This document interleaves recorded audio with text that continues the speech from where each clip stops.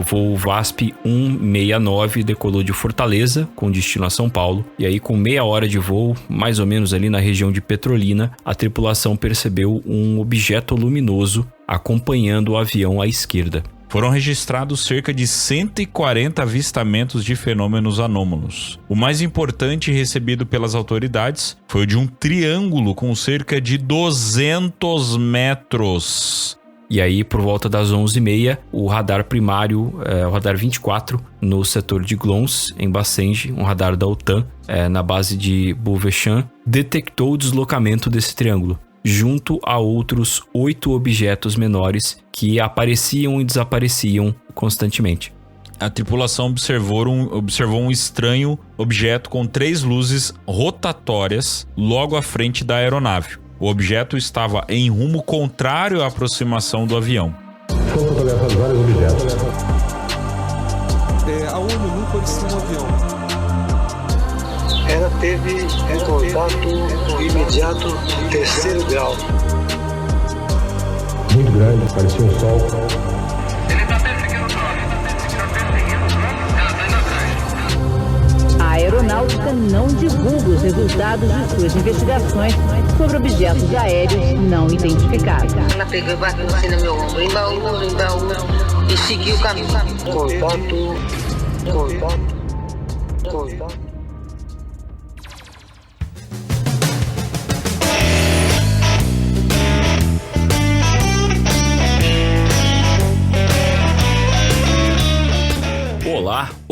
Olá, contatados e contatadas. Sejam bem-vindos e bem-vindas a mais um episódio de O Contato Podcast, o seu podcast de ufologia que toda semana traz pilotos, radares, caças, helicópteros e muito mais.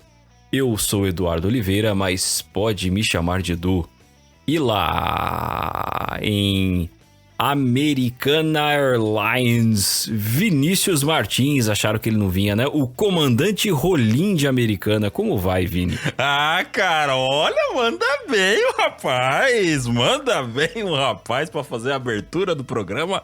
Já posso me aposentar, hein? Já vou colocar as minhas asas de molho. Mais um dia no paraíso, meu caro. Então tá bom.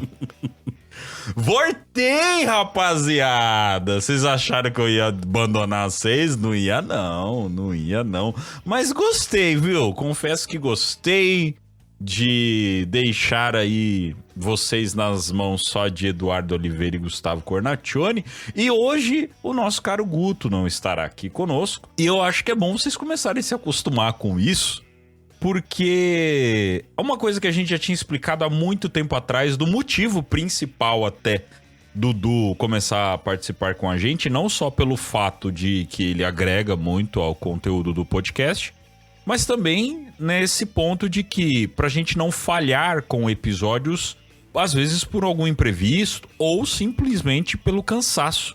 Confesso a vocês, eu não participei do episódio passado por cansaço. Né? Depois de praticamente 90 episódios gravados ali, eu pedi pros meninos, falei, rapaziada, se for o caso, toca vocês, porque hoje o Vini precisa dar uma descansada que tá osso, né? A vida de CLT cobra bastante. Então por isso que eu não estive, mas estou de volta. Mas hoje quem está aos braços de telinha é Gustavo Cornacchione, e estarei eu e meu caro Eduardo Oliveira. Como estás, meu caro Eduardo Oliveira? Bom, agora eu não posso falar mais um dia no paraíso, né? Você já jogou essa? Não, jamais. Jamais. Jamais. Hoje, um papo que será continuação, praticamente, de um podcast que nós já fizemos há um tempo atrás, mas depois nós falaremos sobre isso. Como eu já disse, dando um aviso legal pra vocês, então, aproveitando, os apoiadores é algo que eu já expliquei alguns episódios atrás, mas nós queremos deixar agora para falar dos apoiadores no último episódio do mês, o último ou o penúltimo ou o primeiro episódio do mês seguinte, justamente porque às vezes acaba entrando alguém depois do lançamento do episódio, a gente tem que fazer algumas inserções, né? Tem que fazer aquele enxerto no episódio, e aí na gravação fica meio complicado. E aí a gente quer evitar um pouco disso. Então eu prefiro deixar pro final do mês. Aí eu falo o nome de todo mundo, a gente agradece todo mundo, mas não deixamos de dar o convite para você participar do nosso grupo de apoiadores, que cada vez mais vai crescendo, vai se movimentando e vai se tornando cada vez mais aí um grupo mais sólido. Então o link do nosso grupo de apoiadores está no nosso, aqui na descrição do episódio ou no nosso Instagram, enfim. E se você quer, não tem conta no Apoia-se, né? Tem muita gente que pergunta, pô, Vini, como que eu faço pra apoiar? Eu sou da gringa. Tem gente que pergunta isso pra gente. Inclusive, a nossa comunidade de canadenses no grupo tá aumentando cada vez mais. Verdade. O pessoal pergunta pra gente da gringa, né? Como é que faz? O Apoia-se tem ali um sistema que, se você souber mexer ali dentro dele, é pra dar certo, tá? Mas se você não conseguir, tem o nosso Pix, ou contatopodcast@gmail.com, é nosso e-mail, tá? Ou contatopodcast@gmail.com. Você faz o Pix ali, já aparece pra gente e a gente te joga lá pra dentro do grupo, tá? Aí você só manda mensagem e tal. E aí fica a seu critério, se você quiser fazer todo mês o Pix, enfim, tá? A gente não fica cobrando isso não. É mais pela cooperação do pessoal mesmo. E outro recado que eu quero dar pra vocês também, eu pedir mais uma vez, avaliem o nosso podcast no Spotify. Isso ajuda bastante. Cada vez mais o podcast vem crescendo, vem sendo recomendado. Mas a avaliação do podcast é importante para a gente poder alcançar mais ainda a nossa audiência. Em comparação à nossa audiência total, praticamente em número de avaliações no podcast, tem ali coisa de 10%. De quem avalia. Então quem puder, entra ali nas configurações, né? Entra nos 3 pontinhos ali do podcast, 5 estrelas, para você poder ajudar a gente cada vez mais. Eu acho que, eu não sei, Gus, você já percebeu essa dificuldade também, cara, de avaliar as estrelinhas no Spotify? Já sim, mas eu notei que pelo PC agora tá disponível, tá? Pelo computador dá pra fazer essa avaliação também. Mais fácil. Mais fácil. Então a galera que ouve a gente aí pelo computador pode dar ali as 5 estrelinhas pra gente, né? 5 estrelinhas, tá? Ah, não, vou dar 4, porque daí os caras vão querer melhorar para as avaliações. Não mete essa não. Pô, 5 estrelinhas, pô, vamos lá, vai. E no YouTube o equivalente seria o quê? Você deixar o like nos nossos episódios, deixar um comentário, assim como no Spotify você pode deixar um comentário e seguir o nosso canal. Que é outra coisa também que a gente tem essa discrepância aí. O número de visualizações que a gente tem, às vezes ele não condiz com o número de seguidores que o canal tem. Então a gente precisa dar uma equilibrada nisso aí. Então a gente pede para você seguir o nosso canal também. Se você já tá ouvindo pelo YouTube mesmo, já faça isso agora se você não segue. Se você tá ouvindo pelo Spotify, pelo Amazon Music, pelo Apple Podcast, Deezer, Apple Podcasts, Google Podcasts, sei lá onde você tá ouvindo, mas não segue a gente, cara, já segue a gente e aí você vai ser notificado sempre que os episódios aparecerem. Outros recados também que foram importantes, e aí na gravação com o Guto eu acabei deixando passar, né? A gente acabou deixando passar. Primeiro, o senhor Vinícius Martins, meu interlocutor hoje aqui, meu único interlocutor hoje, ele esteve num outro podcast, senhoras e senhores. Ele foi convidado para o Larica Rock Podcast. As participações estão começando a vir, meu caro Eduardo Oliveira. Estão. Os convites começaram a chegar. E sim, participei no último dia 1 de julho. Foi MesaCast, né? O padrãozinho de MesaCast. Então, o pessoal... Muita gente fala que nunca me viu, né? O pessoal tá começando a perder a mágica, porque me vê fazendo um story. Eu tenho aparecido um pouco mais nos stories do nosso Instagram. E aí o pessoal, pô, achei que você era diferente. Eu sinto aquela decepção pra pessoa, eu sabe? O Podcast X também foi assim. Eu até meio que parei de fazer os stories lá que eu fazia semanalmente por causa disso. O pessoal começou a se decepcionar, mas o Vini é o mesmo, gente. A lata não ajuda muito, não, mas o Vini é o mesmo. E no Larica Rock dá pra vocês me verem muito bem. Foi um papo muito legal, porque foi o papo simples, né? Não é o papo que a gente faz aqui, né? Trazendo dados e muitos detalhes. Não, é um papo simples com pessoas que se interessam pelo assunto, queriam saber um pouco mais. É o papo ali de mesa de bar, né? Trocando uma ideia. Podcast é uma mesa de bar. Né? Exatamente. Exatamente. E foi isso, né? O papo ali, o pessoal perguntando, eu respondendo. Foi bem legal, foi uma experiência bem maneira. E o Larica Rock Podcast é o podcast aqui da nossa região, né? Da minha região, aqui de Santa Bárbara do Oeste, Americana e tal. Então, se você é da nossa região não viu isso, entra lá, né? Se você não conhece, já segue também a página deles, o Instagram deles. E no nosso Instagram tem lá as postagens de como que foi isso aí. E meu caro Eduardo Oliveira também fez participação em outro podcast, o Sociedade Paranormal. Não é mesmo, meu caro Eduardo? É verdade, levei um papo com o Bruno, que é o host lá, e a gente falou também sobre pontos variados dentro da ufologia e dentro da astronomia também. Também foi um papo menos profundo e mais abrangente, para apresentar algumas visões específicas que a gente tem a respeito de coisas dentro da ufologia. E nós falamos sobre um caso específico, que foi o caso do Nilson Pátero. Aquele cara que deu carona para um cara na estrada, o cara era meio estranho e no final ele foi transportado para outro estado. Eu acho que ele era de Campinas ou de Atibaia. Não, era Atibaia, Itatiba e sei lá. É próximo a São Paulo. Isso, aí ele foi levado até o Espírito Santo. Ele apareceu em Colatina, Doneida. Isso. E aí deu o que fazer pra ele voltar e depois ainda o cara reencontrou esse cara estranho. E esse cara estranho apresentou pra ele uma cópia exata dele, um doppelganger dele. Olha aí. Olha aí, meu apresentou um doppelganger dele usando as roupas, uma cópia perfeita das roupas que ele estava usando na noite em que eles se conheceram. É um caso, assim, super bizarro. Tem um monte de outras bizarrices aí no meio, eu tô resumindo aqui. Corre lá no Sociedade Paranormal pra você ficar sabendo mais aí dessa história muito louca do Nilson Pátero. E aí, é importante o quê? Você seguir a gente nas redes sociais para saber dessas participações. Porque a gente tem essa janela semanal aqui no podcast, mas a gente não necessariamente grava toda semana. Às vezes a gente deixa gravações adiantadas. E como o Vini falou, às vezes fazer uma inserção de novo apoiador pode ficar estranho no resultado final da edição. Imagina colocar um assunto novo, falar de uma participação nossa em outro podcast. Cara, não vai ficar bom isso.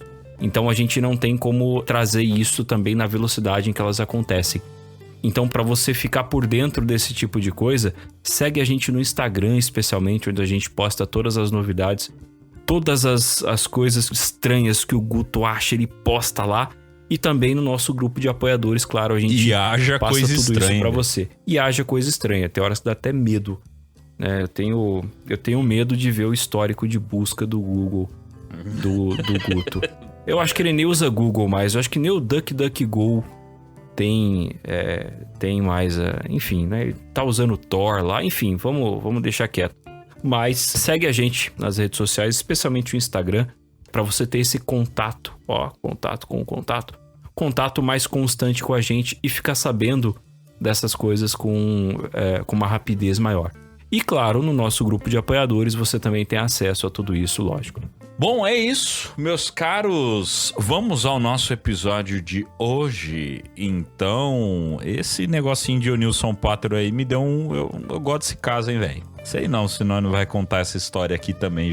Um monte de podcast já contou essa história, mas eu gostaria de contar ela também. Mas no nosso episódio 83, lá em maio já, hein, Eduardo? Caraca, hein, velho? Lá em maio, você é doido, velho. Já passou metade do ano aí. Nós falamos sobre alguns casos ufológicos no contexto aeronáutico, situações em que os civis e militares, passageiros, comissários, pilotos, controladores de tráfego aéreo e técnicos de solo testemunharam fenômenos anômalos. Alguns desses casos contam com registros como imagens e plots em radares e efeitos como interferências em instrumentos e até no funcionamento dos motores. Isso dá uma camada extra importante de comprovação e permite um estudo mais aprofundado do fenômeno. Hoje, continuamos nossa lista de casos ufológicos aeronáuticos. Como antes, nossa primeira fonte é o livro Ufologia Aeronáutica, que já apresentamos em outros episódios. Fiquem agora com a parte 2 sobre UFOs e aviação.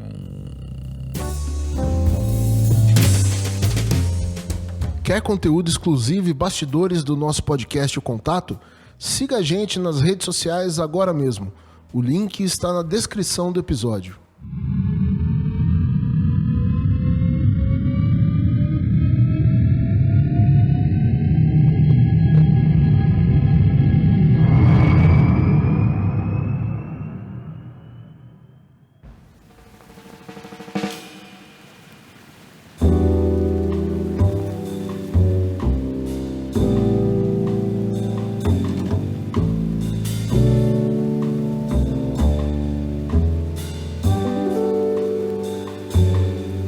O primeiro caso da nossa lista de hoje, inclusive, foi mencionado lá no episódio 83. Foi mencionado, mas a gente não abordou porque nós achávamos que ele era muito mais famoso do que os outros, então não seria tão interessante contá-lo naquele momento. Mas chegou a hora. É o caso VASP. O caso VASP aconteceu em 8 de fevereiro de 1982 com um Boeing 727-200 da já extinta companhia VASP. O voo VASP 169 decolou de Fortaleza, com destino a São Paulo, e aí com meia hora de voo, mais ou menos ali na região de Petrolina, a tripulação percebeu um objeto luminoso acompanhando o avião à esquerda. Esse objeto acompanhou o Boeing por vários minutos, ele acompanhou o Boeing e nos próximos minutos ele foi observado por mais de 100 passageiros e toda a tripulação. No informe posterior, o piloto Gerson Maciel de Brito, que tinha mais de 26 mil horas de voo, ele disse que de primeira a tripulação achou que era algum tipo de protótipo militar. Mas aí com a passagem do tempo e esse objeto acompanhando a aeronave, eles concluíram que não podia ser nenhum tipo de aeronave convencional, porque esse objeto fazia movimentos irregulares que contradiziam a aerodinâmica que é empregada nas aeronaves comuns. Esse objeto acompanhou o voo da VASP até a escala em Belo Horizonte e depois da decolagem em BH, ele voltou a acompanhar o Boeing até São Paulo. No livro Ufologia Aeronáutica, o Rodrigo Garrido e o Juan Cornejo, que são os autores, especialmente o Rodrigo Garrido, que é o autor principal, e eu comentei no episódio que esse livro ele é baseado numa tese de mestrado do Rodrigo Garrido, que é um militar da Força Aérea Chilena. A tese de mestrado dele foi justamente, mestrado em Ciências Aeronáuticas, foi justamente sobre fenômenos aéreos não identificados, os FANIs, hoje UAPs, fenômenos anômalos não identificados, e a sua relação com a segurança de voo. Ele analisou mais de 20 casos, que são os casos que foram para o livro, para tentar entender se esses fenômenos realmente representam uma ameaça à segurança de voo ou não. E aí lá eu já dei o spoiler dessa conclusão, que ele concluiu que sim, em diversas situações eles representam ameaça à segurança de voo. Hoje a gente também vai ver um caso mais claro disso. Mas nesse livro consta uma avaliação técnica, né, sobre essa infração que aconteceu, porque esse objeto ele estava acompanhando um tráfego de forma irregular, e o risco à segurança de voo que aconteceu ali. A Regulamentação Aeronáutica Internacional estabelece para voos por instrumentos, como era um voo noturno, que enquanto uma aeronave voa em espaço aéreo vigiado por uma dependência de controle, né, existe o espaço aéreo controlado, que é onde você tem os radares, as torres e tal, aquela coisa que todo mundo já viu em filme, e existe o espaço aéreo não controlado, onde existe uma frequência determinada, específica ali, onde os próprios pilotos trocam informações a respeito de seus voos para manter a segurança naquele espaço. Isso a gente também vai ver um pouco mais em outro caso. Mas a regulamentação internacional diz que no espaço aéreo controlado, no voo por instrumentos, não pode existir outra aeronave a menos de 5 milhas náuticas, o que dá 9.200 metros mais ou menos. E na época a separação de níveis era de 2.000 pés, 610 metros mais ou menos. Então entre um nível de voo e outro, os andares das aerovias, digamos assim, você tem pouco mais de 600 metros entre um e outro. E esse objeto violou tudo isso. considerando que era uma aeronave comum, irregular, voando com um transponder irregular e tal, como poderia acontecer com esses voos do narcotráfico e tal, essa aeronave teria violado toda essa regulamentação. Mesmo que esse objeto não tenha feito manobras que pudessem resultar numa colisão com o Boeing da VASP, ele infringiu essa regulamentação e provocou um incidente aeronáutico. Não houve o acidente, mas houve o incidente. E esse tipo de relato, ele é muito raro, porque quando objetos estranhos, luzes estranhas, acompanham aeronaves, essas ocorrências duram alguns minutos, como a gente viu em alguns casos no episódio 83, na primeira parte. No caso da VASP, foram cerca de 2 horas. É coisa, hein? É muita coisa. E todo mundo viu isso. Todas as pessoas a bordo viram isso. E aí você teve uma repercussão muito grande na mídia na época. Isso foi comentado e tinha um líder religioso muito influente ali, né? Muito conhecido que estava ali dentro, e ele também falou a respeito disso. E no dia seguinte, um astrônomo que disse que essa luz, os tripulantes confundiram que era um Vênus, o boato vazou para passageiros, e os passageiros também passaram a achar que era outra coisa, mas era Vênus e tal.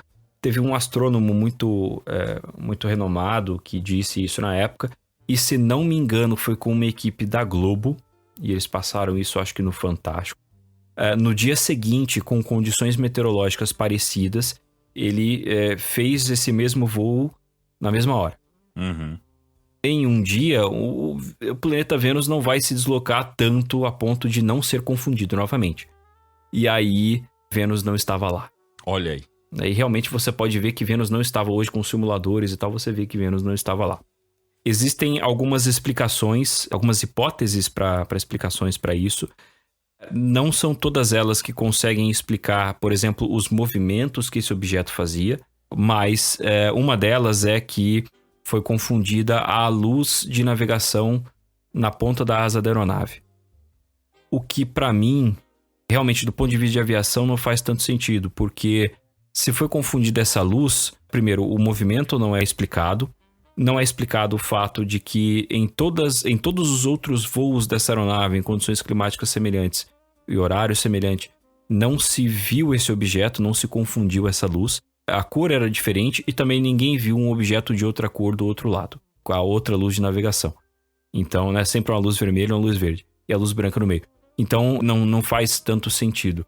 Mas é uma hipótese muito comentada aí em fóruns e blogs na internet para propor uma explicação. Mas eu acho que ela não atende exatamente a tudo isso. Um caso semelhante de luz acompanhando outro avião é de 1963, 30 de janeiro de 63, no Chile, com um avião DC-6 da LAN Chile, que foi seguido por uma luz por 30 minutos em um voo de Iquique a Arica. Então, 30 minutos já é muito tempo. Aliás, para qualquer avistamento ufológico, 30 minutos é quase uma eternidade. A maior parte dos avistamentos não dura nem um minuto. No caso específico de uma aeronave sendo seguida por uma luz, são poucos minutos. Esse caso no Chile, nos anos 60, são 30 minutos, né, meia hora, e aí no caso da VASP, cerca de 2 horas. Então, realmente são casos que duraram muito mais, o da VASP, especialmente, 4 vezes mais do que o caso chileno. Aliás, existe um viés claro na seleção dos casos. Existem muitos casos chilenos no livro e na tese de mestrado do Garrido, porque ele é chileno e porque a Força Aérea do Chile tem o CFAA, né, que é um órgão da Força Aérea especializado no recebimento e análise desse tipo de coisa. É um órgão para pesquisa de OVNIs, vamos colocar em termos bem simples assim. E ele tirou muitas informações dali. Porque eu acho que ele já era do CFAA na época, se não me engano. Se não era, foi depois. Mas é por isso que a gente encontra muitos casos de aviação chilenos. E, inclusive, aqui nesse episódio a gente vai ver mais um. Mas esse é o caso VASP. Para quem quer mais detalhe desse caso, eu acho que não tem como a gente não citar de novo, inclusive em maio, a onda de episódios que a gente fez, né, foi justamente por conta da Noite Oficial dos OVNIs. E esse episódio foi com o Jackson Camargo. Foi um episódio muito bom que a gente acabou fazendo. É um episódio que a gente já queria fazer há muito tempo. E ficou bem legal a participação do Jackson. O Jackson hoje é a maior mente, né? É a maior autoridade no assunto referente à Noite Oficial dos OVNIs e a essa ufologia com aviação. Ele pesquisa demais esses casos envolvendo aviação, envolvendo a aeronáutica. Então, se você não conhece o portal Fenômeno, eu peço para que você considere conhecer esse conteúdo, porque realmente é muito bom, é muito bem montado. Acompanhe as lives do Jackson, ele faz live toda quarta-feira. Acho que a partir de agosto vai começar a ser toda sexta-feira. Mas as lives dele ficam todas salvas, então tem muito conteúdo. E esse voo da VASP, esse caso VASP, é um dos casos que ele mais pesquisa também. Porque esse caso, ele é praticamente um prequel, né, da Noite Oficial. Porque antes da Noite Oficial, vários casos aconteceram, desses de luzes que perseguiram aviões e aviões com passageiros, né? Então existem outros casos semelhantes também, e outros casos de caça que subiu e teve que perseguir OVNI. Só que o caso VASP, por conta da quantidade de pessoas que viram e por conta da quantidade de tempo desse avistamento, ele se tornou um caso que a gente poderia pegar pra fazer um episódio só sobre ele, tranquilo, assim, porque ele realmente é um caso muito forte mesmo. Poderia ser um caso só sobre ele com o Jackson aqui pra gente explicar muito mais sobre o caso VASP. Mas no Portal Fenômeno, no YouTube do Portal Fenômeno, você vai encontrar lá live sobre o caso VASP, você vai encontrar vídeos sobre o caso VASP. O Jackson, ele faz umas animações mostrando o avião, por onde o avião passou, o objeto, onde o objeto foi, como ele se movimentou. Ele traz muitos dados e tudo de ponto a ponto, sabe? Começou em tal momento e depois desse momento aconteceu assim. Então recomendo demais que vocês assistam para ter mais informação sobre esse caso, que até hoje ele é muito polêmico, né, Edu? Muita gente debate ele e tenta refutar ele, mas é bem difícil refutar esse caso. É muito complexo de você refutar, justamente pela quantidade de pessoas que viram esse negócio de era Vênus. Cara, eu acho que a gente já cansou de falar aqui. Pô, Vênus. E você ter essa de, Vênus mudou de lugar de um dia pro outro. Não é assim que funciona. E o objeto fica 2 horas ali acompanhando o voo. Depois que o voo pousou, ninguém viu esse objeto. Enfim, tem uma série de fatores que as pessoas precisam considerar também. É um caso extremamente importante, entra como um dos principais casos da ufologia nacional. Se você for perguntar para alguns ufólogos, um dos maiores casos da ufologia nacional, alguns vão citar o caso VASP, justamente por conta dessa quantidade de pessoas que viram e todo o tempo de avistamento que aconteceu. E não é tão antigo. 83, um caso desse hoje, com certeza a gente teria ali, além de relatórios e tudo mais, a gente teria vídeo, né? Teria bastante vídeo sobre esse caso também. Só pra gente ter uma noção aí de por que esse caso foi tão notório na época, é porque houve justamente essa repercussão depois e uma cobertura da imprensa muito grande para um caso desse tipo. Tanto que no YouTube você acha reportagens da época aí, você encontra na internet fotos de revistas da época que falaram sobre isso. Eu tinha citado antes, mas eu preferi não dizer o nome, mas você vai achar isso na internet mesmo. Todos observaram, né? Mais de 100 pessoas observaram, exceto esse líder religioso, era o Dom Aloysio Lorscheider, que na época ele era presidente da CNBB, a Conferência Nacional dos Bispos do Brasil. Ele preferiu não olhar aquilo, enquanto todo mundo estava olhando e falando não sei o que, e aí ele, pelas questões dele, ele falou, não quero ver. E existe um outro ponto também polêmico, que é o fato de que o Brito disse, o comandante Brito, o piloto, disse que teria conseguido fazer contato telepático com seres que estavam naquele objeto. Verdade. Nesses relatos que a gente tá trazendo aqui de aviação, a gente tá focando mais realmente na parte de aviação, meio que mais nuts and bolts ali, mais a coisa física, mas existem outros aspectos, por exemplo esse. O Brito disse que conseguiu fazer contato com eles. Eu acho que a tripulação sabia disso na época, mas ele só veio a falar disso anos depois. Então é um outro ponto que chama a atenção. Então, se você chacoalhar a árvore aí, cai um monte de coisa também.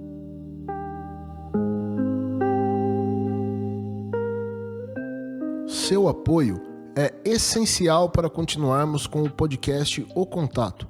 Contribua no Apoia-se e faça parte dessa jornada com a gente.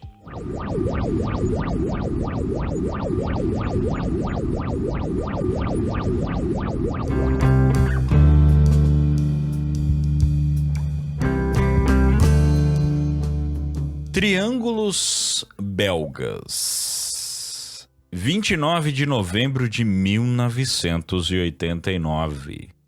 Faziam 15 dias que esse que vos fala tinha nascido. Bruxelas, Bélgica, por volta das 10h30 da noite, na zona leste da cidade. Foram registrados cerca de 140 avistamentos de fenômenos anômalos. O mais importante recebido pelas autoridades foi o de um triângulo com cerca de 200 metros, que se movia silenciosamente pelo ar a cerca de 36 metros, aproximadamente ali 14 andares, então de altura. Inclusive, foram registrados avistamentos simultâneos em diferentes locais. Em sua base, o triângulo tinha 3 luzes intensas que acendiam e apagavam repentinamente antes do objeto se deslocar a grande velocidade.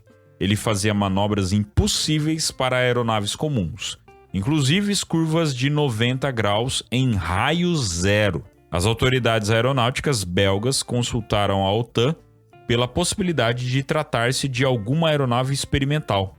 Posteriormente, sugeriu-se que os avistamentos poderiam ser a aeronave furtiva F-117. Parênteses aqui, quando o F-117 foi inventado, meu caro Eduardo? O F-117 ele foi desenvolvido ali durante os anos 80 e estreou, digamos assim, na Guerra do Golfo. Tá? E foi revelado, né? Foi desenvolvido na Área 51 e foi revelado ali naquele momento, né? Quando os Estados Unidos atacaram ali e falaram, olha, agora nós temos uma aeronave invisível a radar, e foi assim que nós invadimos o Oriente Médio. Essa aeronave entrou sem ser detectada, atacou os radares, e aí as outras aeronaves entraram. Então, tipo assim, olha, agora realmente nós temos aqui uma tecnologia muito superior que ninguém mais tem. Diga-se de passagem, essa tecnologia furtiva também foi utilizada de outra forma, mas o princípio, né, a ideia da tecnologia furtiva foi utilizada também pelas aeronaves israelenses e americanas que atacaram o Irã semanas atrás. Então, elas não foram detectadas pelos radares iranianos e conseguiram realizar ataques a alvos entrando e saindo do espaço aéreo iraniano sem grandes problemas. Inclusive, atravessando o espaço aéreo iraquiano também para chegar até lá. Furtividade é um negócio, assim, extremamente importante. Foi inaugurada pelo F-117. Muito bem. Porém, com relação às manobras, logo se detectou que não poderia ser um F-117, porque ele é um caça. O F-117 nada mais é do que um caça. Então ele não faz curvas de 90 graus em alta velocidade. A partir dessa noite, por cerca de um ano, as autoridades belgas receberam relatos desses fenômenos. Olha isso. Ou seja, foi uma onda ufológica de um ano, completados por indicações em radares civis e militares. Foram mais de 600 relatos documentados de diferentes fontes e mais de 400 horas de vídeos amadores com o mesmo padrão de avistamento. Uma estranha forma triangular com mudanças bruscas de velocidade e altitude. Esse foi chamado a onda ufológica belga.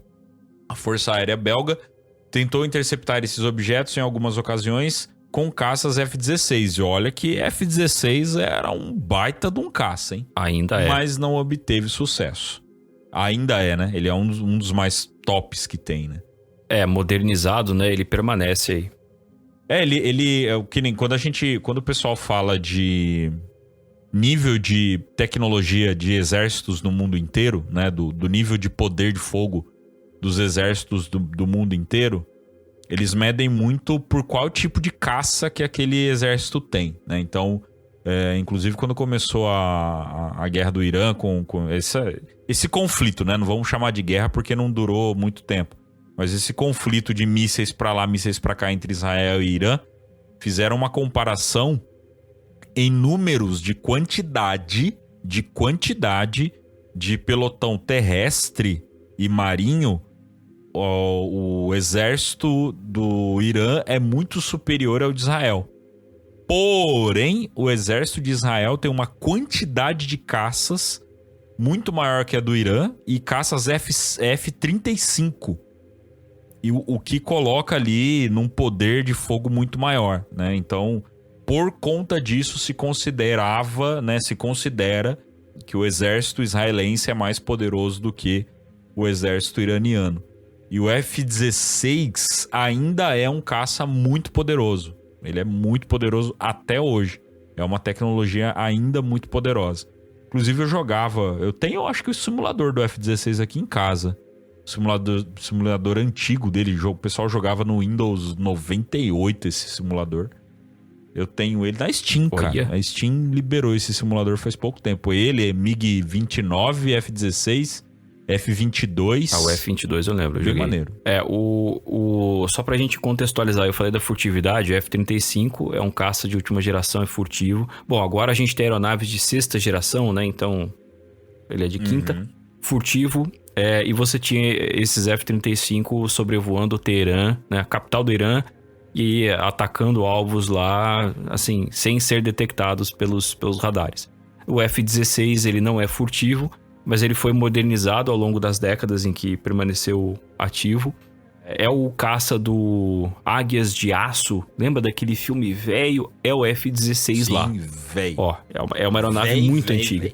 Mas ela, como ela é muito versátil, ela permanece, e barata, relativamente falando, ela permanece sendo atualizada. E Israel tem a sua própria versão do F-16, que a própria indústria bélica israelense mantém atualizada e usa componentes produzidos localmente. Claro que em parceria com os Estados Unidos e tal, com acordo, mas Israel tem autonomia muito considerável para manter os seus F-16 modernizados. Bom, continuando, os pilotos chegaram a relatar bloqueio da recepção dos radares e houve interrupção das comunicações com as aeronaves. Em várias declarações públicas, o coronel Wilfried de Bruvet, como que é, Eduardo, por favor? Eu diria que é De Brouwer, mas pode ser De Brouwer também. Mas, bom, vamos de De Brouwer, vai. Que é belga, né, cara? O nome fica mais complicado aqui, mas... Coronel Wilfried, pronto. Afirmou que a Força Aérea não pode determinar a natureza, a origem ou as intenções dos objetos. Ainda assim, militares belgas consideravam que os objetos possuíam comportamento inteligente. Em 2007, o general da divisão de Brouwer expôs o caso na Conferência de Washington. Ou seja, esse foi um dos casos que a gente poderia colocar na gama ali dos casos que o David Fravor teve em 2004. Ali o pessoal passou um medo do... Aliás, 2004 não. 14, o David Fravor foi em 2004, esse caso foi em 89... Então não dá pra considerar a mesma onda ufológica. Mas não. Né, não dá pra considerar. Só que a gente acaba tendo as mesmas ações. Pilotos que vêm numa época depois falar sobre isso. Só que olha que interessante. Isso nunca foi muito debatido. Né? Você tem em 2007 já um pessoal falando que realmente a gente perseguiu coisas que pareciam ser inteligentes e provavelmente possuem imagens desses caças. Provavelmente, porque em 89 a gente já não pode falar que os caças não têm câmeras. Então, provavelmente existem imagens desses caças. Mas nunca a gente vai conseguir chegar porque a gente tá falando de Bélgica, né? Então, é uma forma de política diferente. Geralmente os países europeus são mais fechados ao assunto, né? Eles não têm tanta abertura ao assunto. Tirando ali um pouco a Rússia e tal, que fala um pouco mais. Mas ainda assim, os europeus não são muito ali de debater o assunto da ufologia. E provavelmente a quantidade de horas de vídeos que tem, né, e o tanto de relato que tem, e provavelmente várias perseguições que aconteceram, se tivessem mais evidências, eu julgo, meu caro Eduardo Oliveira, que esse poderia se tornar um caso muito maior até do que a Noite Oficial dos OVNIs. Certamente, por se tratar de uma onda ufológica, a gente pode falar que ela foi mais ampla nesse sentido. Agora, você falou dessa questão da abertura e tudo mais. É por isso que a postura deles chamou tanta atenção. A gente comentou aí da conferência de Washington, só para o ouvinte lembrar. Lá no episódio 83 a gente explicou, mas um resumo rápido. Essa conferência de Washington foi um evento em 2007, em Washington, que reuniu vários jornalistas, ex-militares, alguns políticos também, como é que eu vou dizer, burocratas de alto nível de aviação civil, para exporem casos que envolviam fenômenos anômalos e aviação. E aí já o general, na época, de Brouwer, foi lá e expôs, né, essa onda ufológica belga que aconteceu entre 89 e 90, e ele deu alguns detalhes também. Agora, se não me engano, o Rodrigo Garrido, autor aqui daquela tese de mestrado, um dos autores do livro, ele, se não me engano, ele estava nessa conferência. A conferência foi em 2007, o mestrado dele ele defendeu em 2000, então, né, já estava bem estabelecido no CFA, provavelmente ele estava lá. Eu acho que no livro, é porque a forma como ele fala dessa conferência no livro, realmente é o relato de alguém que estava lá. Eu não me lembro agora se ele chega a dizer que realmente estava, mas preciso pegar aí para ver. Agora, chama a atenção justamente essa postura da Força Aérea afirmar que a parada tá acontecendo e ela não sabe. E aí existem muitas imagens. Como a gente falou, foram mais de 600 relatos documentados pela Força Aérea de diferentes formas. E foram mais de 400 horas de vídeos caseiros, né? Pessoas comuns com câmeras filmando coisas estranhas no céu. Essas fórmulas triangulares fazendo essas manobras que aeronaves não conseguem fazer. E isso passava na televisão, isso era comentado em rádio na época. E a própria Força Aérea tinha que se manifestar de alguma forma, né, diante disso. Dentro dessa onda ufológica belga, já em 1990, na noite do dia 30 para o dia 31, foi visto um objeto triangular fazendo manobras na região de Brabant, perto da fronteira com a Holanda. 18 policiais locais testemunharam um triângulo isósceles, como eles descreveram, semelhantes aos que eram vistos nos meses anteriores. E aí, por volta das 11h30, o radar primário, o radar 24, no setor de Glons, em Bassenge, um radar da OTAN, na base de Beauvechamp, detectou o deslocamento desse triângulo, junto a outros 8 objetos menores que apareciam e desapareciam constantemente. Isso foi às 11h30. Já à 00:05, 2 caças F-16 decolaram para interceptar e identificar esses objetos. Aqui sim eu acho que a gente pode falar que a gente tem a Noite Oficial dos OVNIs belga, digamos assim. Porque aqui é uma ocasião específica em que a Força Aérea detalhou como eles tentaram interceptar esses objetos. Esses 2 caças identificaram o eco desse objeto nos seus radares de bordo, né? Então, os objetos foram identificados pelos radares no solo, os radares da base da OTAN. Ok, pegou o eco primário. Mas esse objeto ele não tem transponder, então você não vai ter informação nenhuma a respeito dele. Ele não está emitindo ondas de rádio, ele não está ativamente querendo ser detectado. Mas os radares pegam. E da mesma forma, os radares dos caças pegaram. No radar, eles podiam ver que esse alvo se movia de forma errática e mudava de velocidade, direção e altitude de uma forma muito drástica. A velocidade inicial desse objeto era de 280 km por hora. Mas aí, com a aproximação dos caças, ele acelerou muito bruscamente para cerca de 1.800 km por hora. Rapaz. E desceu de 3.000 para 1.700 metros de altitude em 1 segundo. Isso é uma manobra absurda. Ele acelerou de 280 para 1.080 km por hora e desceu de 3.000 para 1.700 metros em cerca de 1 segundo. A aceleração dessa manobra equivaleria a 40G. 40G é muito mais do que suficiente para matar qualquer piloto humano e destruir qualquer aeronave que a gente já tenha construído. E outra coisa, esse objeto ele quebrou a barreira do som, né, porque chegou a 1.800 km por hora, então ele quebrou a barreira do som nessa manobra, só que ele não produziu aquela onda de choque, aquele estrondo sônico, né, que sempre é produzido quando um objeto quebra a barreira do som. Por exemplo, parte do ruído de um tiro é o projétil quebrando a barreira do som no trajeto até o alvo. Então, e esse objeto não fez isso. Como isso pode ser explicado? Eu não faço a menor ideia. A questão é que os caças ficaram vendo esse objeto fazendo manobras por mais de 2 horas. Nunca se cogitou disparar contra esses objetos. Ao contrário da noite oficial dos OVNIs, né? Que o cara tinha Judite, né? E aí não vamos repetir a Judite, mas quem ouviu.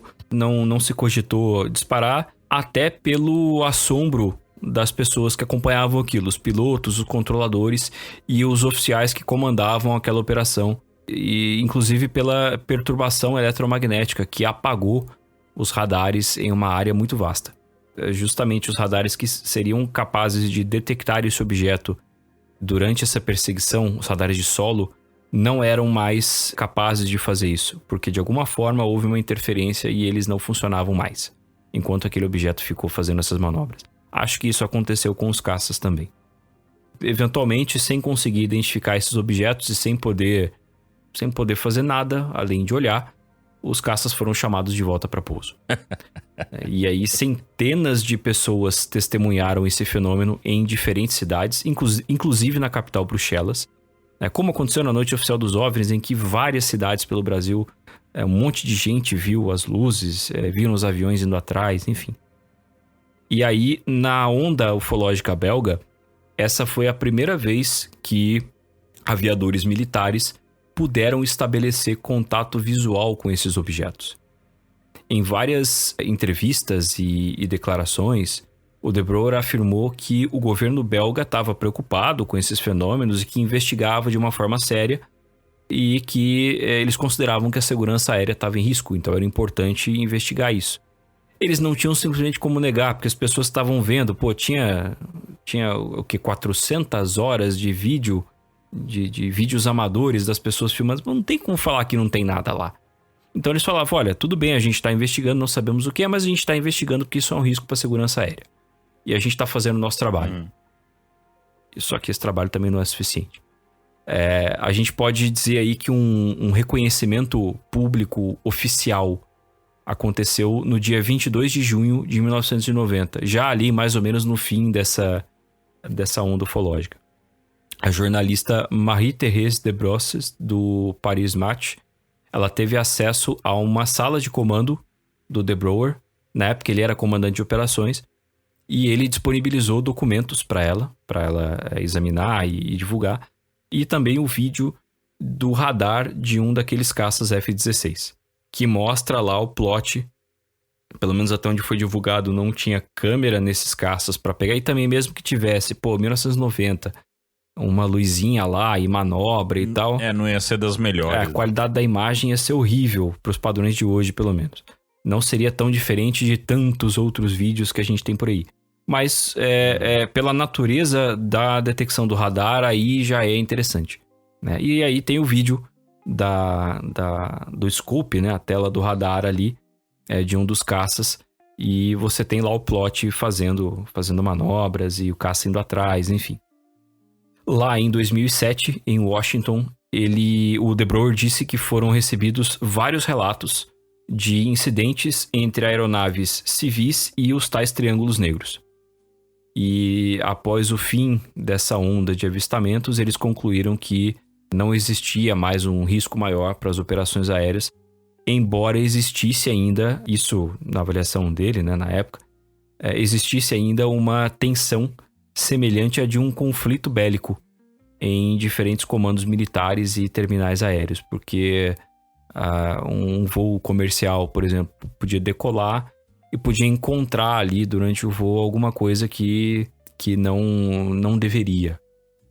Inclusive, como aconteceu recentemente, uma aeronave de linha, um avião de linha, ele poderia ser perseguido por um caça de uma nação ofensora, ou então ser atingido por um míssil de uma nação ofensora, como aconteceu recentemente. Vamos lembrar que lá na época da Guerra Fria também teve um caça que foi teve um avião de linha que foi abatido por um caça soviético. Não é absurdo falar que esse tipo de coisa poderia acontecer. E aí quando você tem uma situação como essa em que você não sabe o que está ali, não que sejam alienígenas ou não sei o que, não. Pode ser simplesmente ali, 89, 90, finalzinho da União Soviética, pode ser alguma movimentação militar que está acontecendo e eu não entendi ainda o que está acontecendo. E isso realmente oferece um risco para mim. Então, existia esse tipo de tensão naquela época. E aí, lá em 2007, ele comentou e tal, mas você acha também, assim como no caso VASP, você acha em entrevistas do De Brouwer na época, inclusive é muito famosa, se não me engano, um frame de uma reportagem em que ele, eu não lembro se ele está mostrando numa televisão, ou então ele está segurando uma foto que é o frame de um vídeo de um daqueles triângulos com luzes nas pontas. Que é uma foto muito, muito, muito famosa na ufologia até, né? Que é um triângulo lá, o negro contra um céu escuro. Mas você reconhece a forma do triângulo e tem ali as luzes nas pontas e tal. Essa foto veio da Bélgica nessa época. Foi dessa onda aí. As camisetas mais estilosas de O Contato estão na O Contato Store. E o estoque é limitado, hein? Garanta a sua antes que acabe.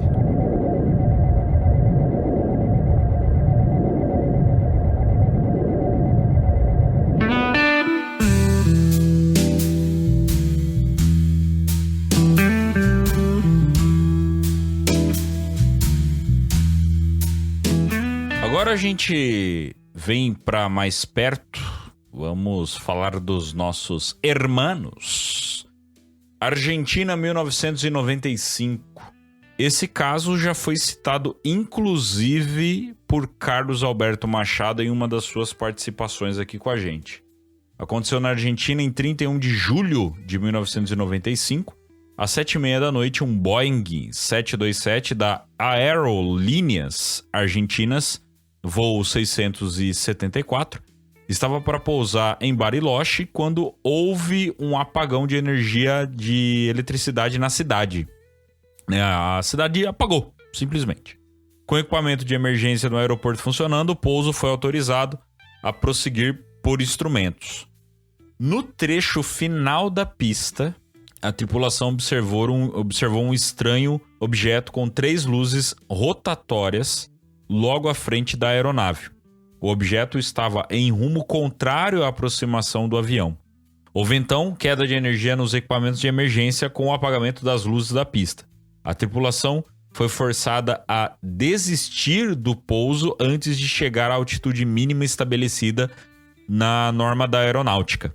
Isso porque foi necessário direcionar o avião para a esquerda em uma curva acentuada para não colidir com um objeto luminoso. Quando 2 aeronaves notam-se a iminência de colisão, o desvio deve ser feito para a direita de cada uma. Então a manobra foi de grande risco pelas condições críticas de sustentação e arrasto na aproximação para pouso, mas a perícia do piloto evitou a colisão e manteve a aeronave no ar. Um avião Piper Cheyenne da Gendarmeria Nacional Argentina, que aguardava permissão para pousar, pôde ver o 727 acompanhado o tempo todo por uma luz estranha, luz âmbar pulsante, Se não me engano, David Fravor cita uma luz âmbar. Eu acho. Com as luzes da pista acesas novamente, o Boeing inicia outra aproximação, agora seguindo pela luz âmbar. A luz, após manter-se estacionária, deslocou-se para o oeste, a grande velocidade rumo à Cordilheira dos Andes. Nesse momento, foi restabelecida a energia elétrica da cidade. Os controladores da torre descreveram um objeto brilhante com uma luz âmbar com pulsações e luzes intermitentes no centro. Suas manobras incluíam curvas fechadas a altas velocidades, impossíveis para aeronaves conhecidas. A presença do objeto pode estar relacionada ao apagão da cidade e nos equipamentos de emergência do aeroporto, mas não há sinais diretos disso. Não havia antecedentes de outras prováveis interferências em aeronaves ou equipamentos de solo no setor que pudessem produzir esse efeito. A soma de fatores, do corte de energia elétrica aos estranhos objetos no ar, quase produziram um grave acidente aéreo. Para especialistas que pesquisam UAPs ou OVNIs no contexto da aviação, o caso é um exemplo de que esses fenômenos representam ameaça à segurança de voo. No começo do episódio, o Eduardo mencionou justamente essa questão de que existem sim casos onde os objetos causam uma ameaça ao voo. Eles se aproximam demais. Existe um caso que eu acho que a gente citou num dos episódios com o Jackson, se eu não me engano, onde o piloto ele observou um objeto muito grande na frente dele, só que não tinha reação para o piloto. E simplesmente o avião passa no meio do objeto. Por sorte, né, não era um objeto sólido, era como se fosse um holograma daquele objeto, né, era um objeto triangular também, e o avião passou no meio. E isso foi um dos poucos casos onde a gente tem esse relato de uma quase colisão, né, de praticamente uma colisão com um objeto não identificado. O que talvez entra até, o que começa a intrigar a gente, né? Talvez nesse caso da Argentina, se houvesse a situação da colisão, a possível colisão, será que não aconteceria a mesma coisa? De ser um holograma aquilo ali e tal? Porque aí entra no que a gente sempre fala, né? De que esses objetos que a gente vê, na verdade, eles são sombras de uma outra dimensão, talvez, né? Não são, na verdade, objetos físicos. Mas pra que pagar pra ver, né? Vamos desviar do negócio pra não virar um problema. Mas é um dos casos onde esses objetos causaram problemas. E é até por isso que a gente coloca, né? Por que os caças, às vezes, fazem essas perseguições? Justamente porque podem causar problemas no voo. Isso pode ser uma ameaça. E cada vez mais se tornando uma ameaça. Os pilotos lá dos Estados Unidos, os militares dos Estados Unidos que testemunharam, né, os casos do Nimitz, do Tic Tac, enfim, né, de todos os casos, do Gimbal, enfim. Eles mesmos dizem dessas ameaças que esses objetos podem causar aí nas aeronaves, nos voos. Então é um caso nítido e esse envolve não um caça, envolve um avião tripulado, né? Isso que é um problema. Aí a gente pode abrir várias ramificações, né? Primeiro, essa questão do objeto ser uma espécie de projeção, e aí uma projeção de outra dimensão. Se for uma projeção dessa dimensão, por exemplo, alguém com um canhão de luz conseguindo disparar ali a luz contra uma nuvem, por exemplo, e fica aquela imagem ali, e de repente alguém confunde, algum piloto confunde aquilo, o que é extremamente improvável, porque o cara é treinado pra não confundir isso. Cara, ele realmente vai passar por aquilo ali e não vai acontecer nada, porque é só luz. Agora, se a gente tá falando de uma projeção no sentido interdimensional da coisa, aí é diferente, ele vai bater sim. Porque essa projeção interdimensional, entre aspas, ela não é simplesmente a imagem desse objeto. Para nós, é um objeto real, mas é um objeto que existe, é um objeto real que existe também em outras dimensões que nós não vemos. Mas nas nossas, que nós vemos, interagimos, eu vou interagir com ele. Então eu vou bater com ele também. Isso poderia acontecer, sim. Esse é o caso que o Machado tinha descrito, inclusive na imagem, no livro, isso é muito bacana também, assim, bacana do tipo, olha que diferente. Quando eu falo que alguma coisa é legal, é interessante, pode saber que é estranho. É o que eu falo dos casos que o Machado investiga. Olha que legal aqui, esse animal todo recortado. Olha aqui que legal esse cadáver só no esqueleto. E, enfim, cara, é aquele olho gigante no céu com duas luzes do lado. É bizarro demais. É isso. Isso é muito bizarro. É um dos desenhos ali, mostra muito mais a forma de um olho. O do livro, Ufologia Aeronáutica, ele não dá tantos detalhes assim, ele coloca só uma luz circular ali, maior, com outras duas luzes no meio. No caso do Piper Cheyenne também, ele mostra uma luz maior com luzes menores em volta. A questão é a seguinte, é um 727 também, mesmo modelo do caso VASP. Ele vinha para pouso, aí deu um apagão na cidade. Tá, até aí... Ok, zero estranhezas, o equipamento de emergência estava funcionando, você tem os equipamentos de radionavegação que orientam os instrumentos, né, ou orientam o piloto através dos instrumentos para ele se alinhar com a rampa de pouso, eles estão funcionando, tá tudo bem, os radares estão funcionando, beleza, tá tudo certo, não vai atrapalhar em nada. Isso por si só não é um risco à segurança, assim, do tipo, olha, não vai dar para fazer, arremete aí, não. Tá tudo certo. E aí ele vem. Aí eles notam o objeto ali. E aí aquele objeto começa a vir em direção ao avião. Pô, você vai falar que não é um risco? E o cara, ele nem teve condições, o piloto, ele nem teve condições de fazer o procedimento padrão, que é de puxar a aeronave para a direita, para evitar uma colisão. Porque ele não ia conseguir puxar para a direita do jeito que esse objeto estava vindo.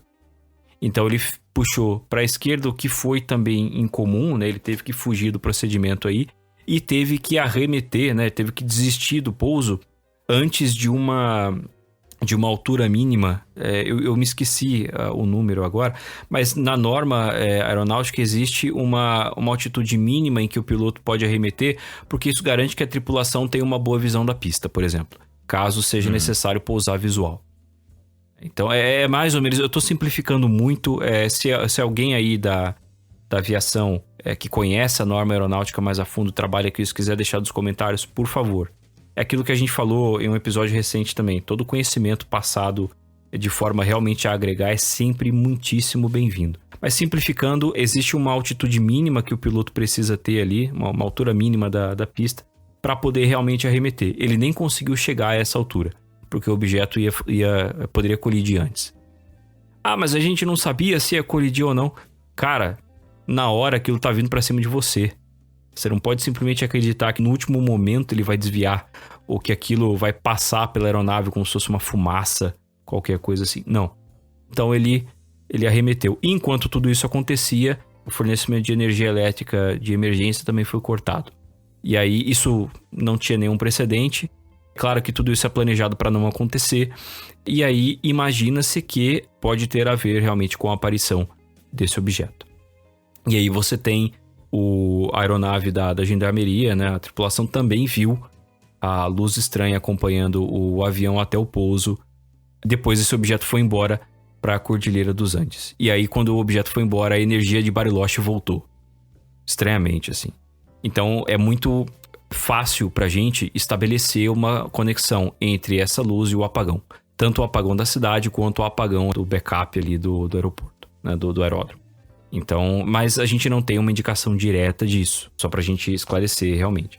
O Garrido também investigou esse caso e ele, naquela conclusão de que esses fenômenos eles oferecem sim, em várias situações, risco à segurança de voo, esse caso aqui de Bariloche é uma das evidências mais fortes que ele traz.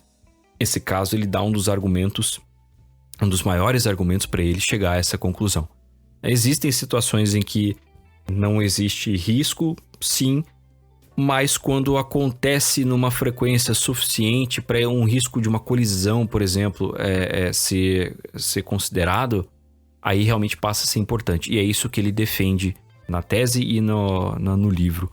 E aí esse caso é um dos mais importantes para ele, para chegar a essa conclusão. Então você pode ter 10 mil casos de luzinhas perto de aviões. A partir do momento que você tem alguns que poderiam ter resultado em colisão, aí o negócio toma uma outra forma, toma uma outra proporção. Ele cresce muito, entendeu? E aí realmente passa a ser um risco. Aquilo que o David Fravor viu era uma luz que o perseguia. David Fravor não, perdão, eu tô confundindo com o cara do Americans for Safe Aerospace, que eu sempre esqueço o nome dele. Aí você me pegou. Enfim, o cara ele foi seguido por, acho que 2 anos. A aeronave dele foi perseguida por uma luz quase diariamente. E aí isso levantou, né, ativou na cabeça dele a ideia de que, pô, tá acontecendo isso, eu conheço outras pessoas que fazem... É Ryan alguma coisa. Ryan Graves. Ryan Graves, isso, obrigado. Ryan Graves são os 3 pilotos, são os 3 principais, né? Ryan Graves, o David Fravor e o David Grush. São os 3 que... O David Grush não sendo piloto, né?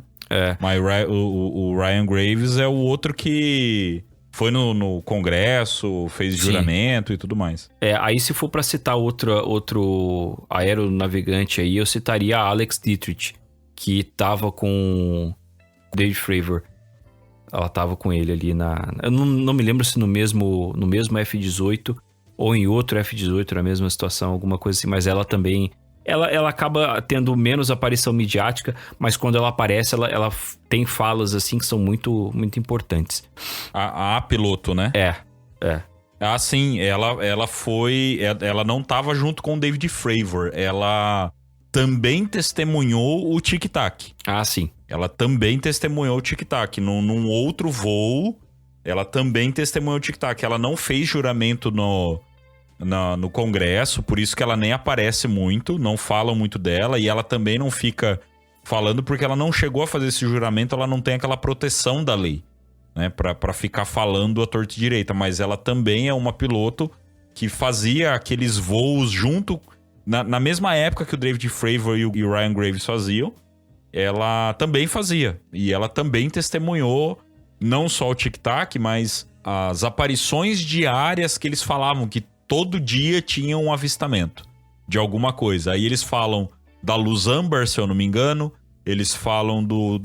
inclusive, se eu não me engano, foi ela que confirmou a descrição do objeto que o Ryan Graves trouxe, que era tipo um quadrado com um outro... Era um outro objeto dentro, círculo, né? com um quadrado dentro, um negócio assim.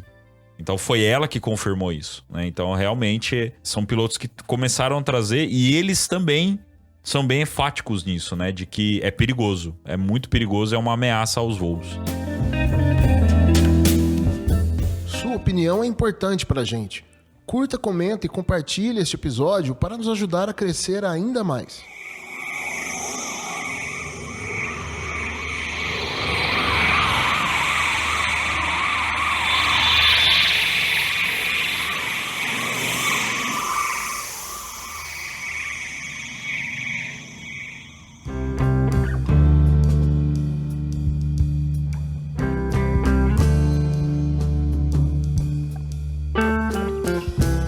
Nosso último caso da lista envolve helicópteros. E aí eu trouxe justamente pra gente não achar que sempre avião, pô, helicóptero não teve? Verdade, cara. A gente nunca falou de um caso com helicóptero. E tem, viu? Cara.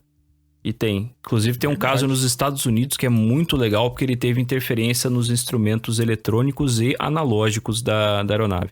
Analógicos, digo, mecânicos, vamos dizer assim, né? Instrumentos que não tem eletrônica, melhor. Instrumentos mecânicos e pneumáticos também. E aí poderia colocar hidráulicos, enfim, instrumentos que não tem eletrônica. Ou seja, a aeronave como um todo ela foi puxada em direção ao objeto. E era uma aeronave de evacuação aeromédica, né? Era um helicóptero ambulância, digamos assim. Estavam atendendo uma ocorrência, apareceu uma luz lá e começou a puxar o helicóptero. Mais um dia de serviço de boa na vida dos caras, né? Apareceu um objeto. Mais um dia no paraíso na vida. Puxou a gente ali, mas a gente conseguiu sair, enfim. Esse caso aconteceu sobre a cidade chilena de La Unión, em 27 de outubro de 2000. Foram 3 helicópteros MD-530 da aviação do Exército do Chile, designados Ecolince. Eles voavam de Porto Montt a Valdívia e por volta das 11h30 da manhã, os tripulantes perceberam o que parecia ser a decolagem de uma aeronave não identificada a oeste, perto do aeródromo Los Mantenes de Casas Viejas, que é um aeródromo não controlado. Então aquela história de espaço aéreo controlado, não controlado, esse não era controlado. Portanto, cabe aos pilotos trocarem informações entre si para coordenar, né, o tráfego na região. Esse objeto ele tinha cor cinza e uma forma cilíndrica com 2 aletas nas laterais. Embora essa descrição seja feita textualmente, sempre que se mostra desenhos desse caso, né, com base na descrição dos militares ali que viram, usa-se muito a forma de um diamante no lugar de um cilindro. Então eu entendo que sejam 2 seções de cone ali, né, dois cones ali ligados um ao outro pelos círculos maiores, e aí você tem as 2 aletas embaixo. Talvez fosse uma descrição mais precisa. Então, a partir do momento que eles viram essa aeronave, sendo um espaço aéreo não controlado, o comandante ali do grupamento passou a transmitir a sua identificação, sua posição e as suas intenções via rádio no multicom. Multicom é uma frequência específica, varia de região para região, mas é uma frequência específica para alerta aeronáutico em regiões onde não existe esse controle de tráfego. É o canal de rádio que essas aeronaves devem usar por padrão para fazer o controle de tráfego entre si. Isso é o multicom. As tripulações elas trocam informações sobre esse tráfego e mantêm a segurança de voo naquela região. É isso. No caso ali era a frequência 118,20 VHF. E aí ele começou a fazer isso, que é o procedimento padrão. Pô, decolou um negócio ali, é meio estranho. Tem uma forma estranha, mas é uma aeronave, tá ali, vamos ver aí. De repente ela se aproxima, muda de rota, a gente vê o que acontece. Ele começou a falar no rádio. E de repente, enquanto ele estava na fonia ali, a aeronave não identificada acelerou de uma forma bizarra e saiu da vista dos militares em questão de segundos e passou 2 quilômetros à frente deles, fazendo uma trajetória com 2 ângulos fechados, como se fosse um Z, da esquerda para a direita e de baixo para cima, na perspectiva ali daqueles militares. E esse objeto deixou um rastro luminoso que desapareceu pouco depois. Então a aeronave desenhou ali como se fosse o Z do Zorro de baixo para cima e foi embora. Você pode interpretar que ao detectar a transmissão dos militares via rádio, esse objeto ele empreendeu ali manobras evasivas para que aquela esquadrilha não se aproximasse dele. Ele fez isso sem oferecer risco a esses helicópteros, ele manteve distância. E justamente quando percebeu a aproximação deles, ele foi embora. É uma interpretação que você pode ter. Existia outro tráfego na região, outra aeronave, um avião da Força Aérea do Chile, que estava numa altitude mais elevada, mas aí esses militares da Força Aérea não viram nada. Só quem estava mais próximo conseguiu ver o que esse objeto fez. E é um caso que envolve helicópteros, como eu falei, a gente não tinha mencionado helicóptero ainda. E é meio bizarro, porque a forma desse objeto é esquisita, não tem nada a ver com uma aeronave. E o comportamento dela justamente contradiz o comportamento do que a gente viu na Argentina. Que a coisa foi para cima do 727 e aqui esse objeto ele foi embora. Tá, e aí? Pô, você vai me falar que é o mesmo tipo de fenômeno? Simplesmente eles têm a mesma causa? Ah, é um fenômeno inteligente. Tá, então é a mesma inteligência por trás disso? Pô, como assim? Sabe o que está acontecendo? Então é um fenômeno extremamente variado. O Garrido, inclusive, ele coloca no trabalho dele, assim como a gente tentou colocar nessas 2 listas, uma variedade desses casos para mostrar que existe de tudo um pouco aí. Assim como existe de tudo um pouco dentro da ufologia. E aí, como você tem um caso na Argentina em que houve um risco iminente de colisão a uma aeronave de linha, aqui você tem um objeto fugindo de aeronaves militares. Poderia ter tentado ir para cima. No caso do Irã, dos F-4, perseguiram luzes sobre Teherã e tal. Teve um objeto ali uma hora que disparou um objeto menor. Uma luz ali disparou um objeto menor em direção a um dos caças. como se fosse um míssil, e esse objeto parou logo antes de atingir o avião e voltou. Pra mostrar, sabe, do tipo, olha, se eu quiser, eu derrubo você agora. Ó, se eu quiser, ó. Ó, se eu quiser, e, ó. no caso lá do Irã, eles ainda apagaram os controles das aeronaves, apagaram todo o painel de instrumentos e os pilotos não conseguiam controlar as aeronaves. Eles mexiam ali nos comandos e não acontecia nada. E aí voltava. Sabe, do tipo, olha, apaguei. Aí o cara desespera. Aí a altitude dele começa a cair, o chão começa a ficar grande, volta tudo. E o cara não morre. Mano, o que é isso? São casos assim, cara, que a gente... Que às vezes o pessoal fala, pô, mas o que tem pra falar de ufologia? Então, cara, quando a gente vê vídeo, vê luzes e tal, beleza. Tudo é questionável.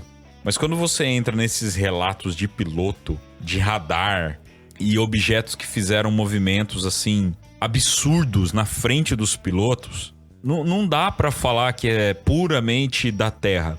O Matthew Brown, nas entrevistas que ele tem dado, ele tem mencionado um pouco sobre isso e ele falou, né, de que o tic-tac é da Terra.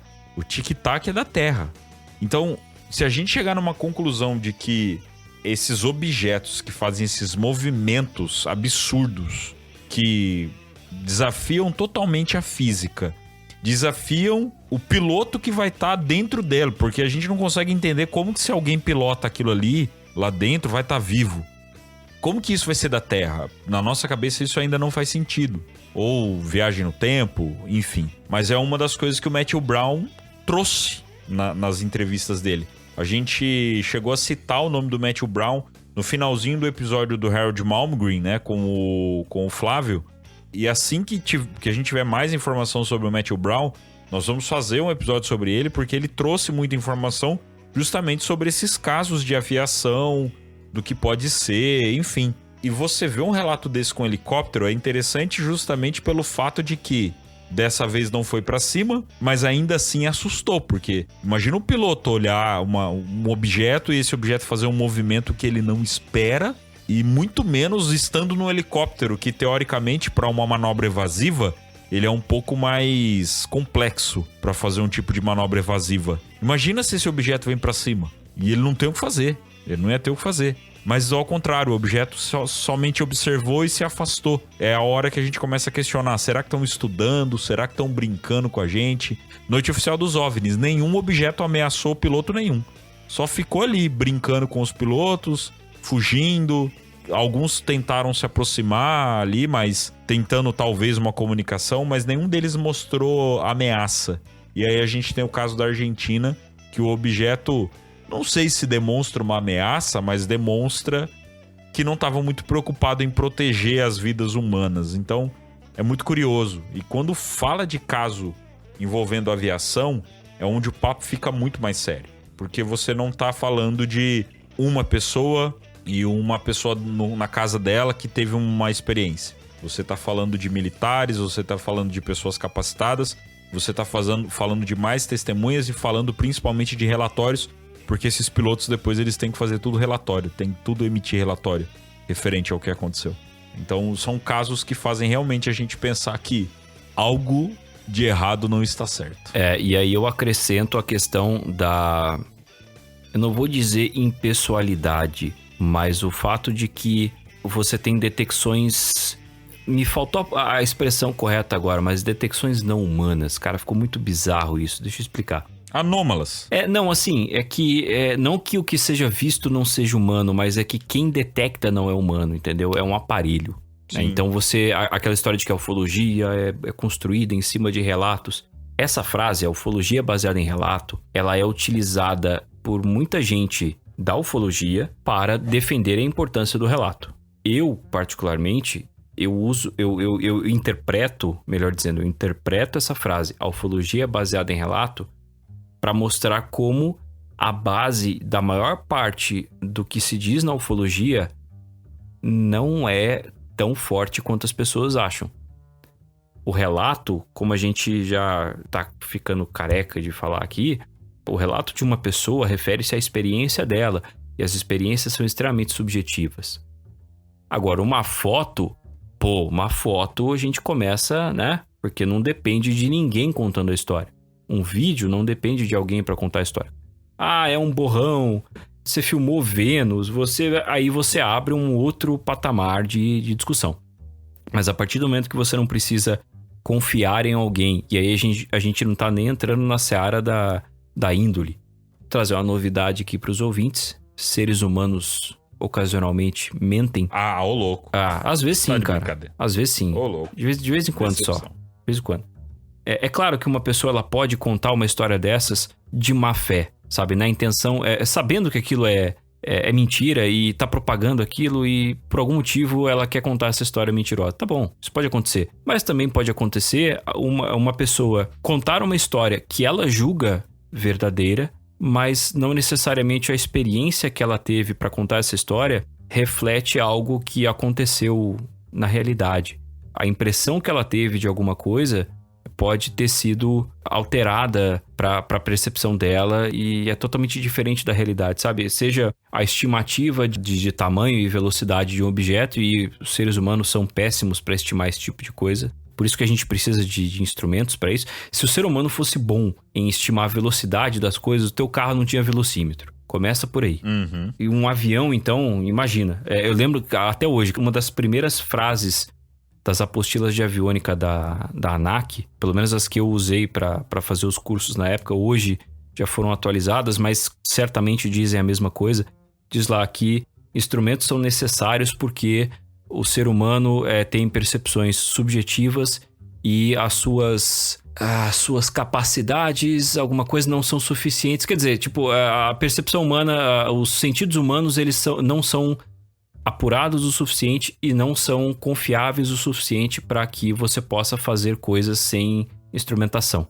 Coisas mais perigosas ou sei lá, voar, dirigir sem instrumentação. O ser humano é um detector muito pouco confiável, independente da índole dele. E aí quando você entra num caso que tem esse tipo de detecção, aí você tem outro tipo de parâmetro, aí você tem outra análise que você pode fazer.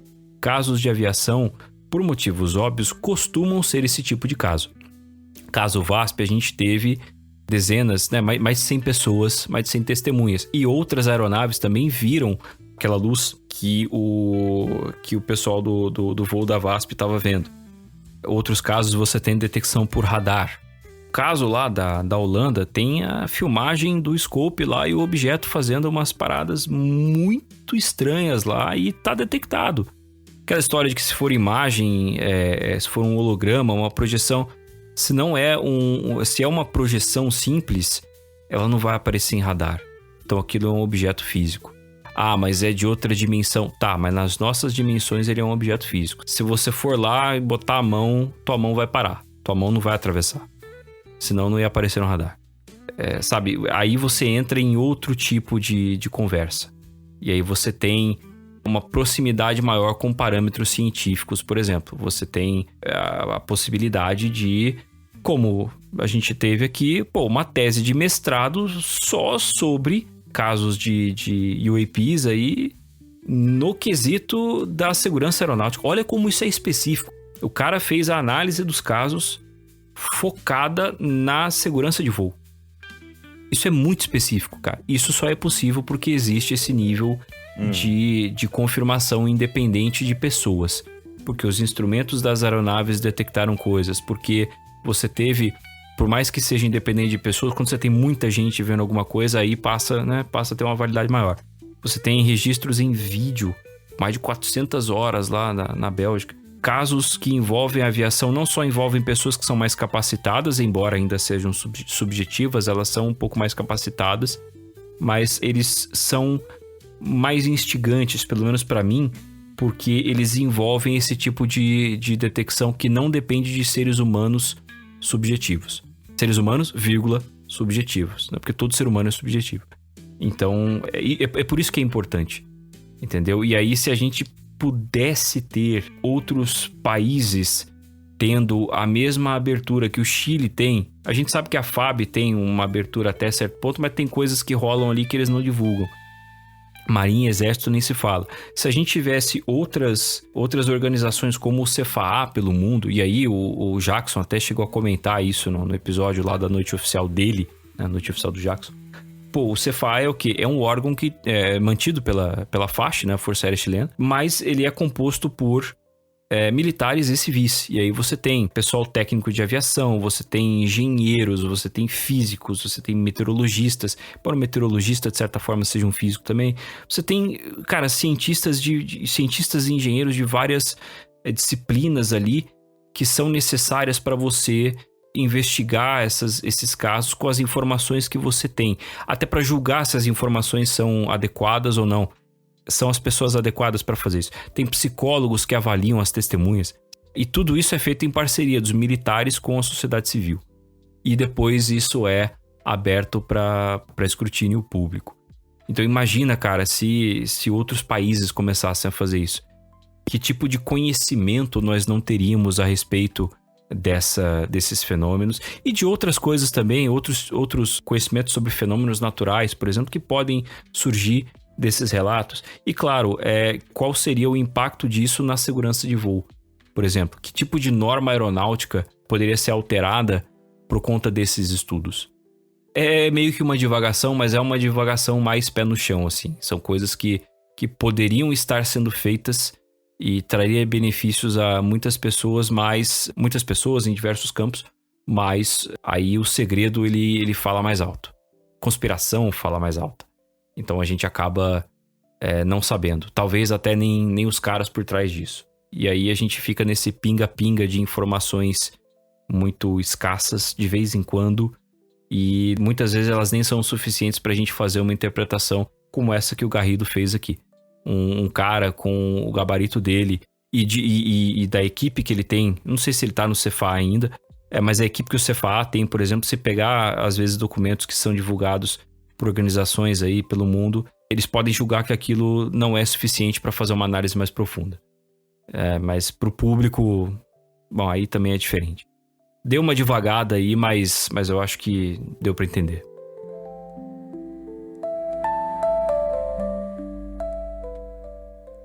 E o podcast O Contato também tem os seus apoios. Procure no YouTube CIPEX, Caminhos do Insólito, e conheça o belo trabalho do nosso professor e amigo Carlos Alberto Machado. E também procure no YouTube Portal Fenômeno e acompanhe o grande trabalho do pesquisador e amigo Jackson Camargo.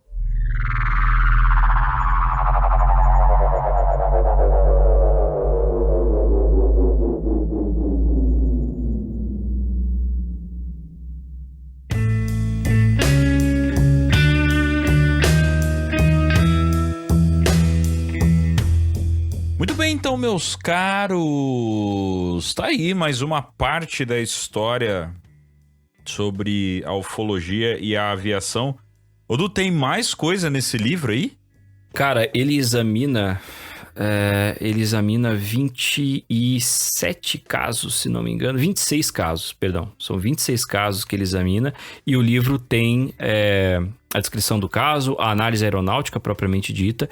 E também tem uma introdução sobre ufologia. E aí ele fala um pouco sobre a história da era moderna da ufologia. A relação que a ufologia tem que métodos científicos tem com a ufologia quando foram empregadas em pesquisas desse tipo, como o do Jacques Vallée e do Allen Hynek, que ele cita muito no início aqui do livro, na introdução. Fala sobre a conferência de Washington. No final ele volta para a questão aeronáutica e se atém ali à questão técnica de aeronáutica, de aviação. Eu acho que eu comentei também, não é um livro sobre ufologia, tá? É um livro técnico de aviação. Não foi feito para o público ufológico, por isso que ele precisa fazer essa apresentação sobre ufologia no começo. Mas para quem curte ufologia, se interessa, e também curte aviação e está disposto a pesquisar um pouco e aprender a respeito, cara, é excelente. Eu acho excepcional. É uma pena que ele é um livro não muito acessível. No outro episódio a gente deixou o link dele, a gente vai deixar de novo. Mas o livro físico dele não é muito acessível. Eu não sei se dá pra encontrar alguns e-books sobre esse livro. É um ótimo livro pra quem sabe o nosso caro Leonardo Bussadori com a editora Cosmos, edição Cosmos, né? Quem sabe não é um livro que vem aí com uma tradução BR daqui a um tempo. Seria tipo um passaporte pra Amazônia. Boa. Né? Ele seria um passaporte pra Amazônia sobre aviação. É um livro muito bom. Só que, infelizmente, o acesso a ele é um pouco complicado. Provavelmente devem haver outros meios de poder ler esse livro aí, mas aí você tem que dar uma, entre aspas, escarafunchada. Entendi o que você quis dizer. No meio da internet. Eu entendi o que você quis dizer aí. Você tá fazendo uma referência a métodos alternativos aí. Isso, exatamente. One Piece, entendi. Sabe? One Piece. Entendi. O Jack Sparrow, conheço. Entendi. Isso aí. Então, assim, a gente sabe que tem outros meios aí, mas, enfim, a gente vai deixar o link do livro na descrição. Considerações finais, meu caro Eduardo Oliveira? Apenas um comentário sobre suas considerações finais. Pô, seria realmente muito bacana se alguém trouxesse esse conteúdo em português, porque, bom, o cara é chileno, os dois autores, né, são chilenos, então a edição original ela é em espanhol.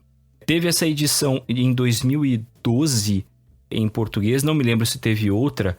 E assim, com total e absoluto respeito pelos trabalhos, não vou citar aqui, mas claro que você pode achar quem fez essa edição. Com total e absoluto respeito ao trabalho dos caras que fizeram, até pela iniciativa de trazer esse material em português para ser acessível a pesquisadores aqui, ao público em geral aqui. Tem questões ali de edição que eu acho que mereciam um talento, assim, um pouquinho melhor. É o talento ali que o Léo Bussadori fez ali no Livro dos Danados. Eu acho que falta, assim, aquele... O tompeiro. Faltou um tompeiro. Ou então, como o pessoal do design aí que ouve a gente, ouve bastante, faltou um tchan. Sabe? Faltou um tchan. Mas de verdade, é porque você vê, por exemplo, no meio do texto, aquelas contagens, eu acho que são aquelas contagens de linhas que não foram tiradas. Então, no meio do texto tem um número. Ou então tem algum errinho de tradução, tem algum erro de digitação e tal. Assim, seres humanos são sujeitos a equívocos, como a gente falou, mas eu acho que se fosse feita uma nova edição desse livro, uma reedição desse livro, e esses trabalhos aí fossem, esses pontos aí fossem trabalhados, cara, ia ficar, lindo.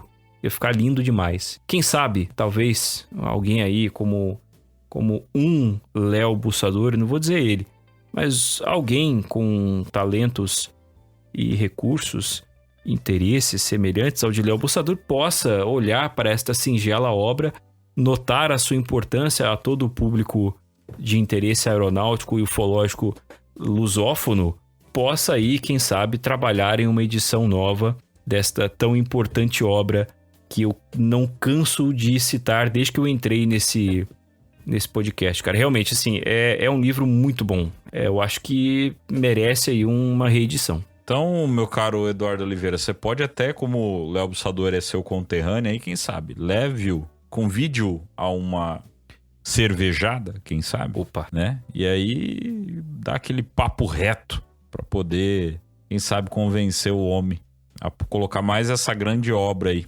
Léo, fica o recado aí pra você, hein? O pessoal que é do grupo de apoiadores já começa a cutucar o Léo Bussadori lá, que queremos o livro sobre aviação. Como que é o nome desse livro mesmo? O nome certo dele? Ufologia Aeronáutica, de Rodrigo Garrido e Juan Cornejo. O Garrido, inclusive, é muito acessível, tá? Tempos atrás eu troquei até ideia com ele no X, era Twitter ainda. E ele é um cara muito de boa, assim, pra você trocar mensagem com ele e perguntar. Ele escreve até hoje sobre isso. Inclusive para revistas aeronáuticas aí, falando sobre esse tema. Ele é um cara que não... Até pela postura dele, ele não se intimida, sabe? Mesmo no meio da aviação, de ser ridicularizado por pesquisar esse tipo de coisa. Até porque o pessoal de aviação sabe que não deveria existir motivo para esse tipo de ridicularização, né? Porque... de vez em quando coisas assim acontecem. Então o cara, ele tá fazendo uma análise técnica em cima daquilo sem sem bitolação, sem viajar. Sensacionalismo. Sem sensacionalismo. O cara tá fazendo um trabalho estritamente técnico. Mas ele foca nesses casos que muitas vezes outros profissionais não vão focar. Esse é o campo de atuação do cara, entendeu? Então isso também na postura dele, isso é bacana. Muito bom. Meu caro Eduardo Oliveira, quer finalizar o episódio, já que você começou? Então eu vou jogar bucha pra você finalizar o episódio também. Muito bem, queridos ouvintes, esperamos que vocês tenham gostado de mais este episódio. E retornamos na próxima terça-feira, eu acho que era isso, na próxima terça-feira com mais um episódio de O Contato Podcast.